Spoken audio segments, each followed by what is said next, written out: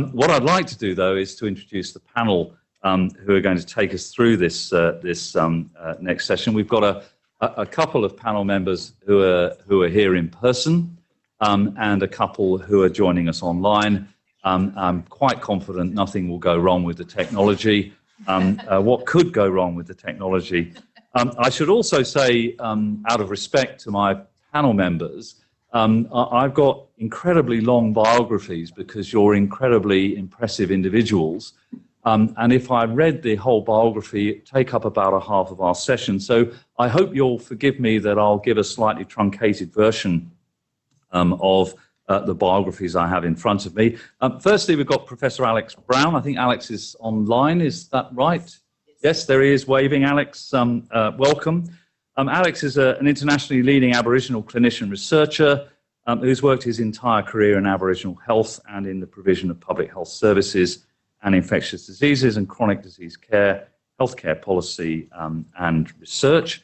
And the other fact from a long list that I have that I decided to pick out is since commencing with the South Australian Health and Medical Research Institute 7 years ago, he's overseen the establishment of an integrated centre of excellence in Indigenous chronic disease and public health research. And Alex will discuss with us this morning preventing chronic disease in vulnerable communities, including Aboriginal health. I'm just going to check with the organisers. Are we doing this sequentially? Yes. Okay. Over to you, Alex. You have 4 minutes, and I'm told to interrupt rudely if you exceed 4 minutes. Very good. Look, thank you, everyone, for the chance to present today. I hope my slides are visible there, and that they can we can work through the details here. Certainly, paying my respects to Kaurna country, where I'm based today in Adelaide, but also to those of you in Sydney on Gadigal country and those of you around the country in your respective places. I thought I'd touch on a couple of things that sort of potentially tied together at least some insights from Aboriginal health that pulled together some thoughts from yesterday as well as the topic at hand, both focusing on where precision medicine fits and prevention in Indigenous health. One of the things we know is that if you were to ask Aboriginal people about what the real determinants of chronic conditions are in their communities, you get a very different view to what we see in the medical fraternity. If you ask medical people, certainly they're probably the uninformed, why Aboriginal people have such high rates of chronic conditions, you'll get a response that speaks to the bad behaviours of Aboriginal people, the bad choices they make, the fact that they're lazy, they're too fat for their own good, and increasingly a narrative around having bad genes. But when you speak to Indigenous people, you get a very, very different view. They speak very strongly about dispossession and disharmony, about the profound impacts of disadvantage and particularly poverty, how they've had to deal with socio-cultural change in a very, very truncated time frame in human history, and that they have very poor access to the things that maintain their health and well-being from a prevention agenda, which is enshrined within Aboriginal cultural contexts. And they talk very much about toxic external pressures and transgenerational trauma. And I think that's a much better position for us to be thinking about a prevention agenda in disadvantaged communities. We have also this potentially dichotomous view of precision medicine versus population health. And I think if we get to a point where precision medicine is not the Trojan horse for precision prevention, it's business uncompleted. We have in the precision agenda very much a focus on the micro, whereas in population health, we have to think of the macro social in particular when it comes to drivers of disease. Precision is focused on the individual, whereas in population health, we're very much obsessed with the collective or population groups.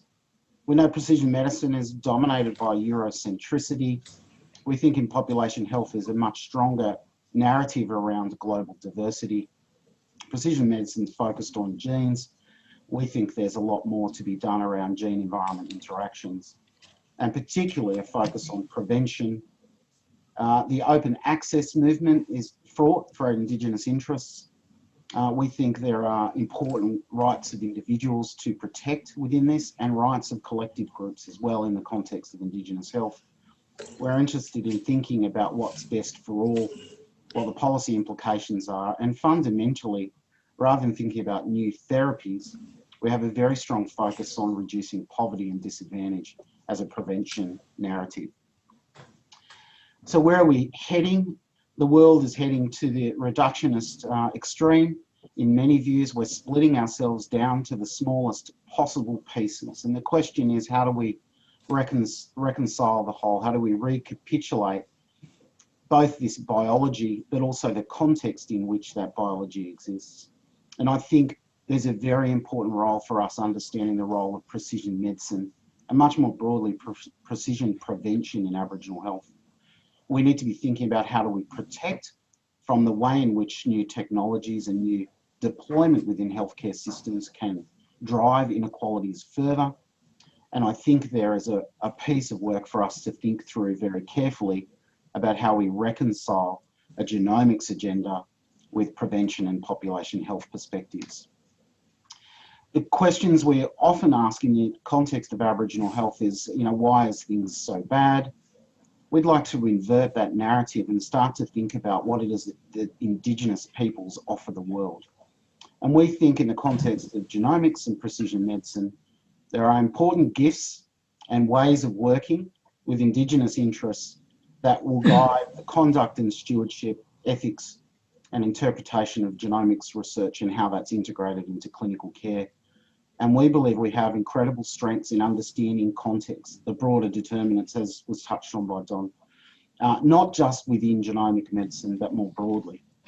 And fundamentally, we've endured, and I think there's lessons to be learned about survival through adversity with Indigenous peoples. I might leave it there, Don. Alex, thank you very much. Perfect timing and extraordinarily complimentary and extending from what I had to say. I did mean to say, and you'll have to forgive me that I forgot to say, that one of the reasons I made no mention of the important needs of Indigenous Australians in my presentation is that there is a slightly separate and parallel process going on to look at prevention in Indigenous health, and obviously the idea is to come together in a more complementary way as the strategy evolves. The insight you provided is extraordinary and really complimentary. Thank you so much, Alex. And no doubt there'll be some questions and comments to come on that. Our second panelist is Professor Simone Pettigrew. Simone is, I think, are you in Perth? Yes, somewhere. Simone is a distinguished research professor at Curtin University and the program head of food policy at the George Institute. She specialises in behaviour change strategies and has a research background in health promotion, behavioural psychology, social marketing and health policy. And this morning, she's going to talk about the role of food policy and associated measures in preventive health. Simone. Thank you very much. I'll just share my screen here. And hopefully you're all looking at the right thing. So food policy, of course, is an area that we're all experts in because we all consume food. But we've got some really good guidance from the World Health Organization in terms of what kinds of food policies are likely to be most effective. And you'll all have deja vu because it's exactly the same kinds of things that everyone else has just been speaking about. It's upstream, it's structural, it's not focusing on individual responsibility. Much as we would like to think that we all make rational, considered decisions when it comes to food, there tend to be many other factors that impact instead. So of course, availability would be the #1 factor, and that's very clear in the World Health Organization's guidance. When we look at the food supply, there is too much added sugar, there's too much salt, there's too much saturated and trans fat. So they're the kinds of really broad population level issues that we need to be trying to deal with. And that's not easy because that kind of food is palatable and it's readily available. And in terms of availability, we can get really quite innovative. If you look at some of the cities in Mexico, for instance, that are currently saying that children, for instance, are not allowed to buy food that has poor ratings on those nutritional criteria. So you've got to be 18 till you can walk into a store and buy a Mars bar. I mean, there are some really out there kind of things you can do. But in Australia, we're more focusing along the lines of compositional limits. So we have the Healthy Food Partnership that is trying to work with industry to reduce those kinds of nutrients in the food supply. But unfortunately, to date, we're showing relatively poor performance on that. And it really is time to take that up a level and make it a little bit more stringent and preferably mandatory. And of course, another element of this is affordability. Are the foods that are healthy affordable per se, and also relative to the other kinds of products that are available on the marketplace? We've got concepts out there such as fat tax, sugar tax, etc., that we tend to see as being quite unpopular, but work has been done to show that, particularly in the case of a sugar tax, if you frame it in the right way, then the general public is actually quite receptive. Two other areas that we need to focus on are the kinds of information that people are getting about the food supply. So we've got our nutrition information panel on the back of foods that's mandatory, tick, great. We've got our health star rating, and we've done a lot of work in this area to show that that's actually very useful in assisting people to make better food decisions. However, it's voluntary at the moment. And it's really clear from analyses across the food supply that it's overrepresented on foods that have got a 3+ star rating, and it's not very much present on foods with a lower star rating. And that's not very helpful for consumers. So we really need to make sure that it's really widespread used. And of course, that brings us back to being mandatory rather than voluntary. But what will happen when we try and do that? And we've just seen this as a good case in point with alcohol pregnancy warning labels. When you try and introduce mandatory labels, you get a lot of pushback from industry. And that only got through by the skin of its teeth. So we're probably looking at a much harder fight again when we try and introduce mandatory food labeling. And another area is like endemic advertising. We're just surrounded by advertisements for unhealthy foods to a much higher ratio than for healthy foods. And when we look at the kinds of regulatory action that's been taken in this space, again, it's voluntary and it's unsuccessful. So it's time to move into more mandatory forms of promotion control. And we're starting to see that in some states, for instance, on regulations around what kind of food products can be promoted on government infrastructure. Thank you very much. Looking forward to the rest of the discussion. Thank you, Simone. Great timing again. Really appreciate that. Our next panelist to speak will be Professor Adrian Bowman. Adrian, very well known to me and a great colleague over many decades now, is Emeritus Professor of Public Health at the University of Sydney. His research interests span epidemiological methods, physical activity and public health population surveillance, program evaluation, and more recently, in particular, focused on research translation and scaled up population level evaluation. Adrian. Thank you, Don, and thank you for inviting me. I've in fact known Don quite well for about 33 years, ever since he ran Heartbeat Wales, and have enjoyed collaborating with him on all kinds of things. But today I'm going to play bad cop to his slightly polite and balanced approach to the future of prevention. I'm going to give you some unbalance because I think it's necessary, a little bit more strident. Now, I have no slides. First of all, that of itself is a semiotic. It has meaning because in talking about prevention, having no slides means I think we have more problems than showing you the same things with visual graphics again.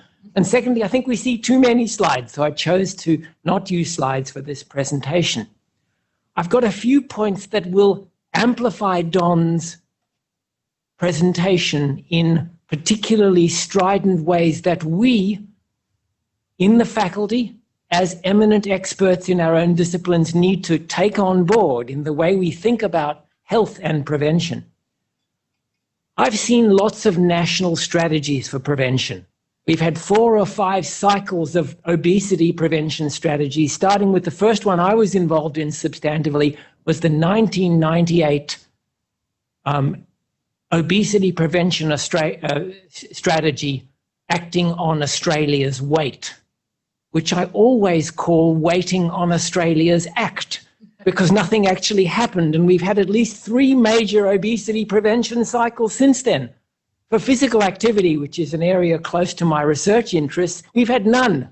No national plans, no national strategies, but we are the second most published in the world as a group in the academic outputs for physical activity. So all the academic work and no policy. Now, what happens with the national current prevention strategy is 6,000 consultations, but we haven't got an implementation plan, because what governments do time and time again at the state and territory level and the federal level is they plan a strategy for a year, they have 2 years of consultation, and then it's time for an election. And it goes into abeyance, it hibernates for a while, and it comes back out again later. What we need for a good prevention strategy is something that considers co-benefits beyond health, in particular things like climate change, like the other agendas of other agencies in government in which health-related outcomes are part of the outcome that we produce. We need long-term institutionalized prevention, and we've managed to do that for immunization pretty well, and even for tobacco control well in Australia, and not so well in the rest of the areas. And we need multiple strategies. There's no single magic bullet for prevention. It's not like a clinical therapy. We need multiple things. My second rant is that prevention might be attracting less attention during COVID times, with COVIDification of everything. Research grants, publications, the altmetrics have reached new highlights of papers in the literature that are pre-publication. In other words, we're putting evidence to one side, focusing only on COVID, and maybe the fact that people are less active and eating less well during this period of time is being put on hold. Health departments are moving all their resources into COVID prevention, and maybe we need to think more about how can we resurrect prevention in future times from its diminished state. Using a systems approach, and Don mentioned this, but a systems approach implies something organizing the system. It's a very good idea to bring the different parts together, but how to make it happen we've tried, and is a very difficult thing. Government departments are still siloed, and despite our cabinet meetings as a national cabinet, states and territories are still siloed from each other and from the national jurisdiction.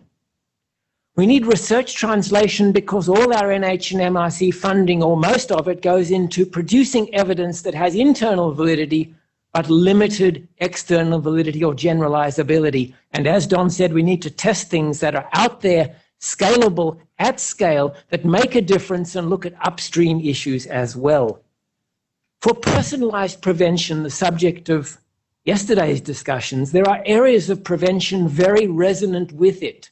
Things like screening for cancer, screening for genetic risk, screening for chronic disease, and screening for responsiveness to therapies in people with chronic diseases are all fair game for personalized medicine.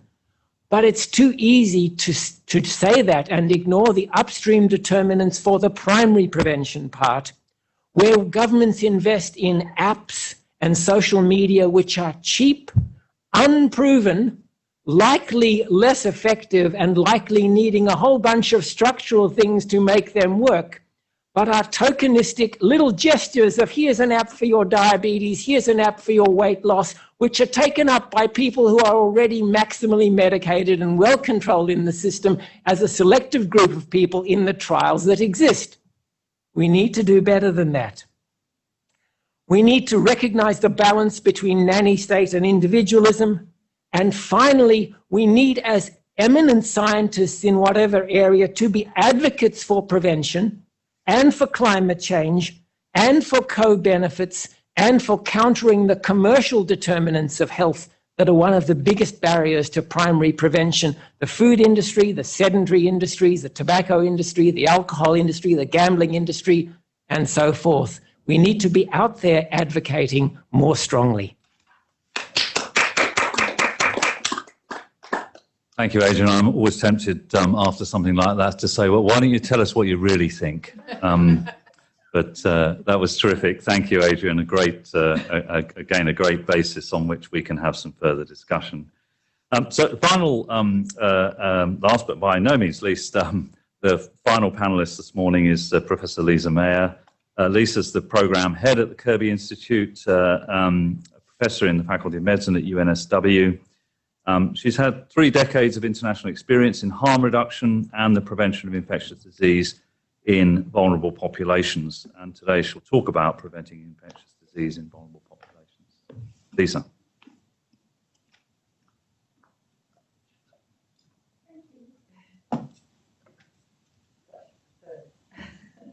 How's this working? There we go. There you go.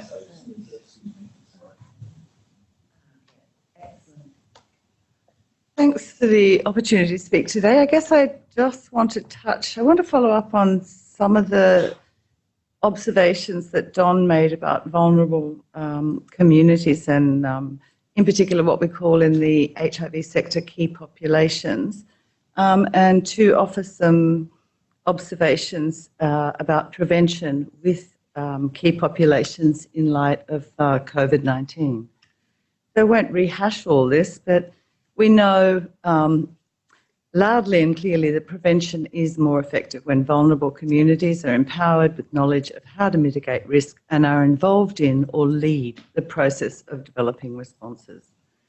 And while Australia is acknowledged as an international leader in HIV and viral hepatitis prevention, there's no mention of key populations such as people who inject drugs, sex workers, gay and bisexual men, transgender people and prisoners in the strategy documentation this far. So I would urge as we develop this strategy that we also take into consideration that what the COVID-19 pandemic is doing in terms of highlighting the need to put vulnerable populations back in the picture and definitely front and centre. COVID is threatening to undermine infectious disease prevention successes in the areas that I work in, including we have a lot of global elimination targets and to potentially reverse declines in HIV, TB and viral hepatitis mortality. It also provides an opportunity to shift the goalposts. And what we have seen in the last few months is the expansion of differentiated service delivery, such as telehealth, multi-month dosing of essential medicines, things like methadone and antiretroviral therapy for people who are living with HIV. In the harm reduction space, which often involves what are regarded as controversial public health interventions, some previously rejected or underscale prevention interventions, such as unsupervised dosing of methadone or hydromorphone, have been rolled out, and the sky has not fallen in. For example, in Canada, there's new clinical guidance which recommends replacing illicit products with prescribed substances to reduce the risk of withdrawal and exposure to COVID-19, as well as to a limited and toxic drug supply at the moment. These changes and I guess the speed with which they've been introduced and we've been able to adapt our systems exposes the moral and political barriers preventing implementation of these well evidence-based interventions. And I guess the concern is that the current willingness to set aside ideological objections to these interventions may be very short-lived. So a challenge will be how to ensure that the introduction and scale-up of these interventions is sustained and integrated into routine service delivery post-pandemic. Key populations are also at higher risk of COVID-19 complications, but also the adverse outcomes associated with their inability to adhere to prevention measures. So people lack often the resources to physically distance, they lack access to social safety nets. This has been particularly a problem for sex workers globally, with no access to income support and their occupations banned, and people often lack options to work from home. So COVID-19 provides an opportunity also to work towards more enabling legal and policy environments for prevention, such as legalising same-sex relationships in the countries globally where this is still prohibited, and decriminalisation of drug use and possession. For example, we have evidence from modelling that we could end the HIV epidemic in people who inject drugs globally if governments were willing to divert only 7.5% of global drug control spending. This would provide high coverage of key harm reduction interventions and potentially resulting in a 94% reduction in new HIV infections among people who inject drugs by 2030. So despite robust evidence, I guess, to reiterate the point that's already been made, funding and political will is lacking, but a national preventative health strategy provides an opportunity for Australia to redirect funding with a focus on implementing evidence-based prevention for vulnerable populations to ensure that no one is left behind. Thank you. Thank you. Fantastic. Now I've discovered. Now, can I just firstly invite the two local presenters to come and join us appropriately socially distanced on our stage, but in the auditorium anyway. I'm going to be looking for some help because my pad has died. And I can't actually work out how to get to the questions, but I do, and welcome back to colleagues who are not physically present. I, of course, partly because there are 2 or 3 relevant questions that have come through. Thank you. That's brilliant. Thank you. Thanks. Thank you. Yep, that's okay. I wanted really to start by asking our panel members, and I'll just ask our colleagues not in the room, if you don't mind waving at me, I'll pick up the clue that you'd like to speak, and but don't try a subtle nod or anything like that, because honestly I'm going to miss it. I wanted to get immediately onto this question of how do we get more and more relevant intervention research undertaken in Australia.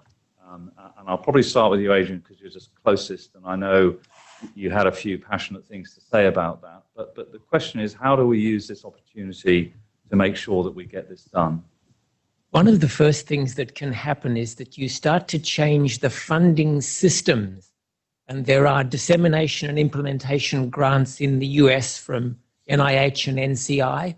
The Canadian Institutes of Health Research has a rapid research translation fund, which are grants given within a month or 2 of applications. They have to be reviewed and back to evaluate real-world policies, real-world macro-level changes, and they're small grants, mostly for the evaluation, not for actually the doing, because the doing's happening at larger scale. We need systems that fund those kinds of things more. Some states do it. The translation research grants in New South Wales Health are one example. We need many of those. Okay, thank you. That, I might say that was a recommendation of that wonderful report for the NHMRC, yet to be acted on. Anybody else like to comment on that challenge? Please, yeah. Is that on? Press the button. Yes, you're in control. That makes sense, yes. In relation to funding, I guess it's fairly indicative of the dysfunction in our current system. The success rate in the recent MRFF COVID-19 was 7%. I mean, having any kind of grant scheme with a success rate like that means that it just becomes random. Any comments from our colleagues not in the room? Nope.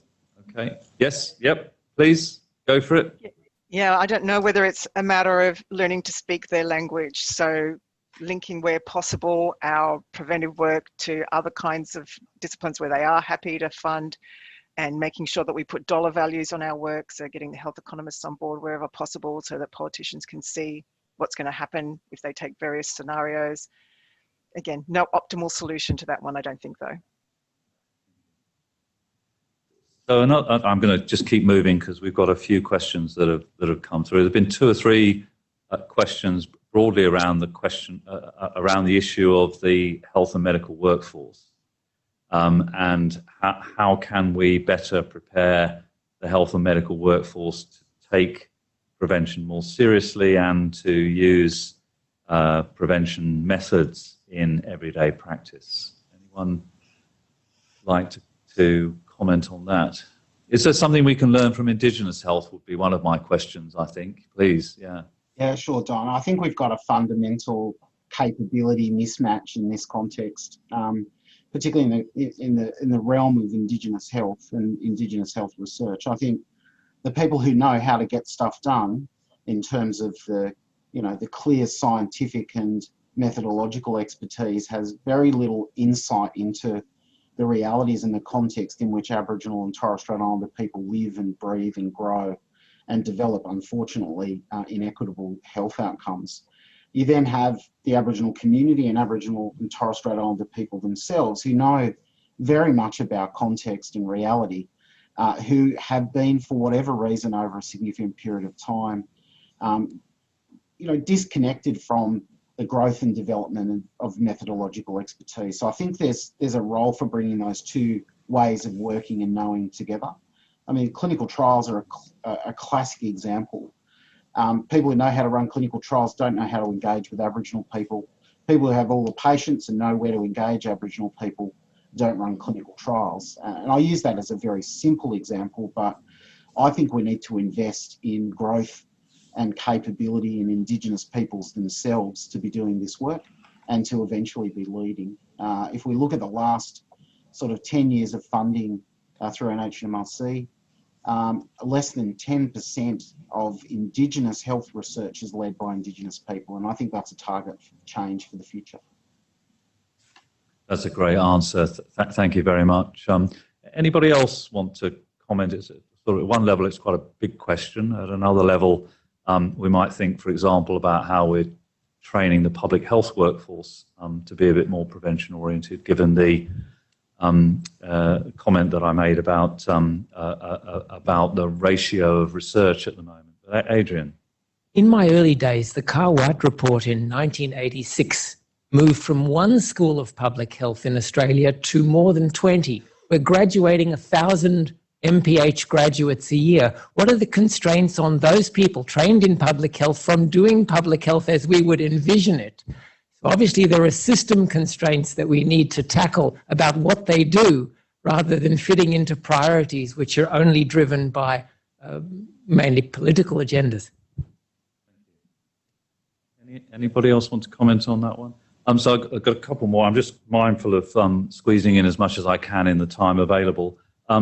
So one, perhaps predictably, I think follows Simone's presentation, but I think it has resonance in a number of areas, and that has to do with the commercial influences on health-related decisions and the extent to which we're able to counter those. And any thoughts or advice that the panelists might have about how do we manage the influence of big tobacco, big alcohol, the major food companies who frankly don't want to be regulated. Simone, do you want to pick that one up first and foremost? Yeah. Sure. It's the how question, though, not do we need to do it, it's how. Yeah. It's a massive problem. The World Health Organization helps us out a little here. They've developed up a tool that provides guidance to countries on how they negotiate with the food industry, for instance, for food policy. And the take on there is very much, you don't invite them to the table until you've decided what you're going to do. And then they come on board as co-implementers about how the best way to bring that in. So in Australia, we are a long, long way away from that. But at least now there's some official guidance there that we can point to in everything we do. I know from personal experience in trying to negotiate legislation 20 years ago to ban smoking in public places, we had the health minister on board, but it was vetoed twice by the Prime Minister, who was unconvinced that there was public support for such regulation. And one of the questions here is simply, so how do we develop public support that actually makes it a bit more interesting and viable for our political leaders to take tough decisions to regulate commercial interests? Any thoughts on that? 10 words. Adrian's in. Ongoing advocacy. Being in the media, it's the same message you gave to the anti-vaxxers, disinformation. You've got to be in the media with the stories and creating the groundswell that allowed us to end up with community support for smoking regulation that helped restrict environments and bring smoking down. There's a lot of questions I'm just trying to rattle through, and I'm just going to ask the panelists to jump in if they've got something to say. But one question, or a couple of questions, I think I would summarise as being: is it viable to create an independent or quasi-independent agency for prevention in Australia? Something that's a step removed, or did we try that and it was terrible failure? Anyone got any thoughts on that, please? Simone, you've gone green. I don't know if that means you want to speak. No, I was going to encourage Adrian because I'm sure he has got something to say on that. It's a real tragedy because they don't last more than one political cycle, but even disestablishing Public Health England recently and the impact that the American government has had on the Centres for Disease Control in recent weeks shows that how can you get a sustainable one of these? It's a real challenge. You really need to value it. And perhaps in Scandinavia, there are models of these things that just persist below the radar and are just there and institutionalized. We've got to aspire towards that. Any further questions or comments? I think one of the comments also was sort of directing us. I think I planted this question. But does Australia need a CDC equivalent? Is that what we need to bring science? Is that what we need to bring more of our science into the policy domain, or do we have that covered with our existing NHMRC and AAHMS systems? Do we need something additional to drive on the science of prevention? Please. Yeah, we certainly could benefit in Australia from having something like this US Centres for Disease Control, not in its current form, obviously, but yeah, there's a number of committee structures at the moment for both infectious disease surveillance, but also prevention, and having a kind of trusted, credible Centres for Disease Control would really help with things like what we're going through at the moment, but also with our longer term prevention strategies and across a whole range of conditions and diseases. We've not touched much on the personalised predictive prevention model, and I was probably a little bit negative about it, and I don't mean to be that negative about it, but I do think it's worth some discussion. I mean, are the English onto something? Should we be using the technology available to us to provide far more targeted information to individuals? And is this the way forward for prevention in Australia? Who would like to comment on that? Please. Yeah. Thanks. I think it's inevitable that this will be where significant thought and investment will come over the next decade. So I think we need to be prepared for it, irrespective of whether we think it's the right agenda. I think there's stuff to be learnt, and there's opportunities afoot that we probably as a public health community need to be ready for, prepared for, and strongly advocating for. As I mentioned before, like if we're not taking the opportunity of precision medicine as a real stepping stone to more targeted prevention for populations that are well characterised, I think we've missed a significant opportunity. The challenge will be, in many respects, methodological. I mean, at the moment, the research community is being driven, and a lot of funding being driven by the genomics medicine agenda, but there's still questions of methodology, there's still questions of utility, there's questions around cost effectiveness, there's questions about who it works for, under what circumstances. So there's an enormous role for public health in this conversation, and I think we will have to come on board, whether we like it or not, and hopefully swing the head of the snake in the right direction. But that's going to take us being a little bit less polite. I think that people don't often talk about the other impact of colonisation, which is faux civility, a very British phenomena. I think we need to be tougher and more bolshy about what's needed for the future of our community. Is there any connection with vulnerable communities here about providing highly tailored, highly specified information, finding much more specific ways of engaging vulnerable populations. There's some promise here, do you think? Potential promise, but also danger when you consider that a lot of vulnerable communities or key populations live very stigmatized lives. They're discriminated against. So issues of privacy, issues of trust, and particular, I guess, the need to kind of involve those communities at the very earliest stages when you're talking about doing studies in that space, I think is really, really important, because as with our Indigenous community, there is a lot of mistrust and a kind of, valid historical reasons for that mistrust. Adrian, anything further you want to add to this? Okay. Thank you. One of the suggestions in terms of advancing science that's emerged is we need more long-term investment in cohort studies.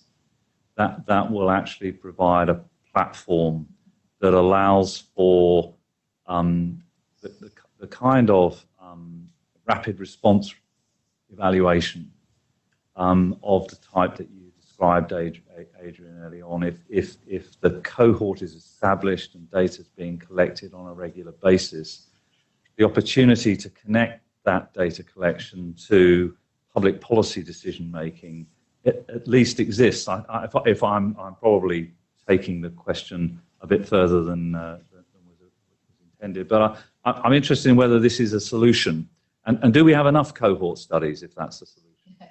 It's a very useful one, but it involves us moving from etiological cohorts that are looking at exposures and disease outcomes to the evaluation use of large numbers of people in cohorts for detecting the effects of policy or changes in attitudes and values. The only problem being cohorts are typically atypical populations. They've got small response rates, but they still have enough socioeconomic and risk factor gradation and variation to be much more useful and usable. We've got lots of cohorts. We underutilize them, and access to them for this purpose takes too long in terms of the timing required. But yes, a potential use, underutilized resource. Can I just say, in Australia, we have, I've been, and my colleagues, very successful in getting money to conduct prospective observational studies, to set up cohorts, but to continually fund them. And often, say, for example, with people who inject drugs, a group who are hard to engage. We've had a vaccine preparedness study of people who inject drugs who are not infected with any bloodborne viruses. Very, very difficult to find that group, very young group, to engage them. But to continue those studies, the money runs out. So at most you have 4 years, and you set up this infrastructure that you can use for a range of things, not just, vaccine trials, for example, but also very successfully in Canada, for example, they have done some major kind of natural experiment studies, because they've had these long-term, funded by the US, ironically, NIH cohorts of people who inject drugs, people living with HIV in place, and they've done some amazing public policy work around, natural experiments that have occurred and being able to evaluate them easily and cheaply. Thanks. That's going to be a great way to finish up. So some very practical, positive suggestions there. Can I thank the panelists, Alex, Simone, Adrian, and Lisa. It's been a nice extension of the effort that I put in. A few corrections to some of the more outrageous things that I may have said earlier on.